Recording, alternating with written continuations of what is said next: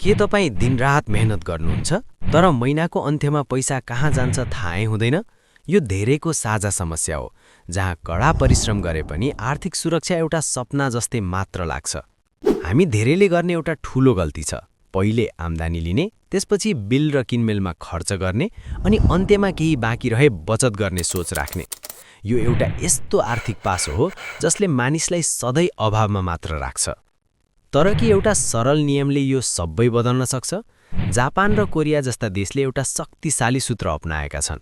पहिले बचत, पछि खर्च।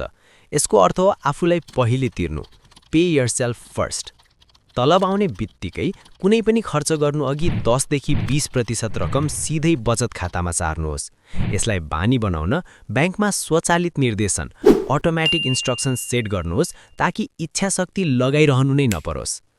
तलब थोरै छ वा खर्च धेरै छ भन्ने बहाना नबनाउनुहोस्।